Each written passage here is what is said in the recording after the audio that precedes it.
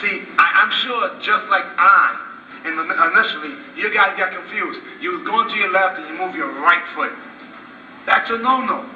Reason being, if you go to the left and you move your right foot, at this point here, you have minimum amount of balance. That's a no-no. Remember that? A lot of no-nos. So you go to your left and you move your right, and you move to the right, left. No, that's a dance. That's another tape. We're not doing like this in this tape. So please, as a review, you go into the left, you move your left foot first. If your left foot moves 6 inches, your right foot moves the same amount of distance, not any more or any less. Because if you do that, then you're going to eradicate your base. You're going to have less balance. And just for a barometer, it's approximately, meaning your feet, or approximately shoulder width. In terms of length, that all depends on your ability and your flexibility in your hips. So everybody has their own personal distance. Okay, enough of that. You're going to practice it, and then hopefully, definitely you're going to improve on this. Make sure you guys write me and visit the website, www.fastfeet.com. So here we go. We're going to punching now.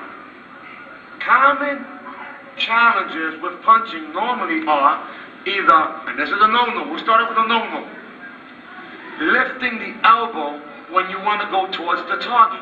Does not make too much sense. However, quite a few people do it. Now do it on the angle. I want to hit this target here. I lift my elbow in order to go forward. Well, I believe that if you're going to move your elbow 6 inches, it should be either 6 inches towards the target or 6 inches towards the target. That's it. Not 6 inches up, back, and circular. That's called pitching. We don't want to do this. That's a big no-no. So the yes is plain and simple. You're here, you go directly towards the target and back. Towards the target and back. Or it can be done from a universal posture towards the target and back.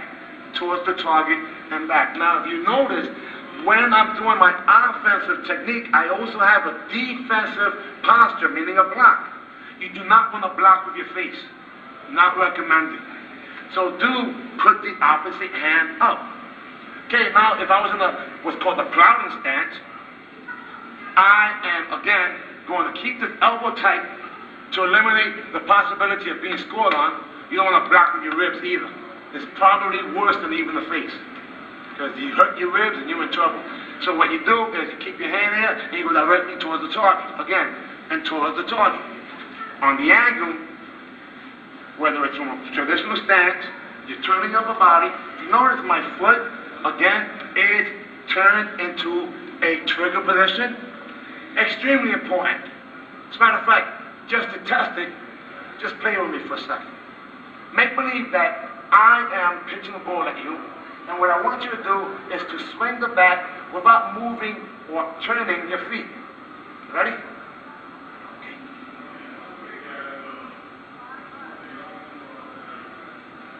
Okay, not too much power, right? So what you did was you turned your body like this. You're not going to be able to get any type of power. In order for you to properly get power in your swing, you would have to do like Bruce Lee said, it's all in the hips, and turn your back foot. If you do that, then you will most definitely be able to get maximum potential power. But we still got to hit the target. That's a little later on. Okay, another technique that you can do is, of course, what's called a back fist or back knuckle, where the front hand actually goes towards the person as opposed to the rear hand, what they call a reverse punch. So it can be done again from either a clouding stance, a boxing stance, and or measuring, and even your universal stance. So on the angle, again, it looks like this.